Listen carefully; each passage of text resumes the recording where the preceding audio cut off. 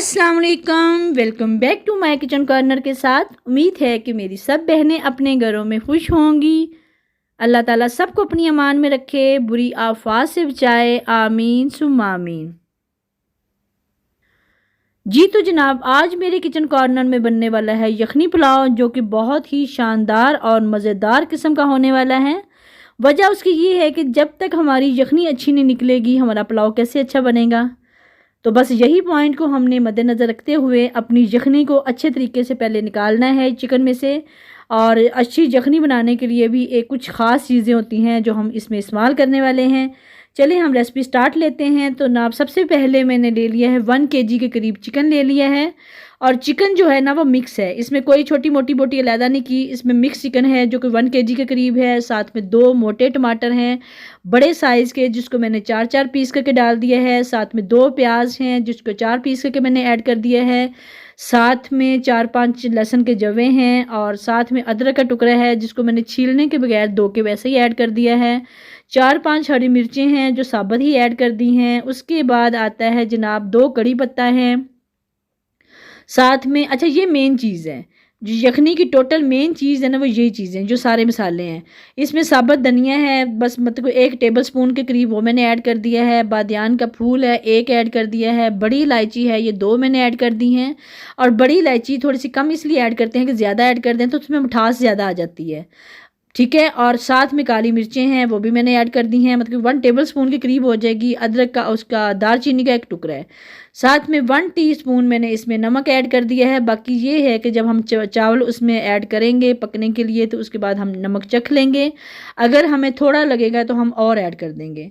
उसके बाद ये है कि 1 kg के करीब अगर हमारे पास चिकन है तो 2 kg के करीब इसमें पानी ऐड कर देना है। 2 kg के करीब पानी ऐड करके उसके बाद हमने इसको पकने के लिए रख देना है। ज़्यादा से ज़्यादा 20-25 मिनट में इसने गल जाना है। अगर आप प्रेशर में रखेंगे तो इससे भी कम टाइम लगेगा, 5-6 मिनट लगेंगे। सारे चिकन बहुत जल्दी गल जाता है। तो मैं तो रखूँगी इसमें देगचे में। वजह उसकी ये है कि मुझे नज़र आता रहे कि पानी कितना रह गया है, यखनी कितनी रह गई है, क्योंकि मुझे पुलाव बनाने के लिए मेन जो चीज़ चाहिए वो अच्छी यखनी चाहिए। और यखनी को जब हमने देख लेना है चिकन हमारा गल गया है, यखनी इतनी थिक हो गई है, तो इतनी ज़बरदस्त किस्म की खुशबू आ रही माशाल्लाह माशाल्लाह। और देखिए पानी जो है वो अगर मैंने 2 लीटर के करीब डाला है तो 1 लीटर के करीब रह गया है। और उसके बाद मैंने चूल्हा बंद कर दिया था, उसको यखनी को ठंडे होने के लिए रख दिया है।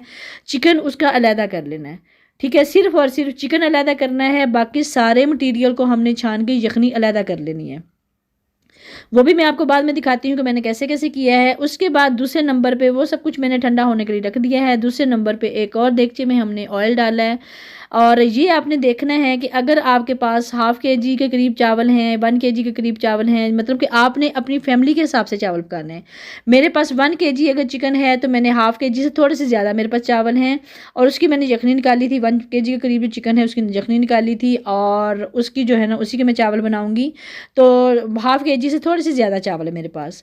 और ऑयल की मैं बात करूँ, यहाँ पे ऑयल मैंने बहुत कम यूज़ करना है। वजह उसकी ये है कि जब हम अपने यखनी निकाल रहे होते हैं चिकन की, उसमें ऑयल ऑटोमेटिकली होता है, वो भी कुछ हो जाता है। कुछ ऑयल हम यहाँ अगर हम जहाँ पे ज़्यादा ऑयल ऐड कर देंगे तो चावल नीचे से वो बहुत ही ग्रेवी टाइप बन जाते हैं, बहुत ही मतलब कि चिकनाहट वाले हो जाते हैं, वो बिल्कुल भी अच्छे नहीं लगते। पुलाव की सारी जो है ना ग्रेस ख़त्म हो जाती है। अच्छा, लहसुन को मैंने प्याज को मैंने हल्का सा तड़का लगाया है, बहुत ज़्यादा डार्क ब्राउन नहीं करना, लाइट ब्राउन रखना है। उसके बाद उसको मैंने चिकन ऐड कर दिया है। चिकन को हल्का सा मैंने भूनना है, प्याज के साथ ही भूनना है। 4 से 5 टेबल स्पून मैंने इसमें दही ऐड कर दिया है। साथ में 1 टमाटर बारीक काट के ऐड कर दिया है। साथ में छोटी हरी मिर्चें जो है ना बारीक बारीक कटिंग करके वो ऐड कर दी हैं।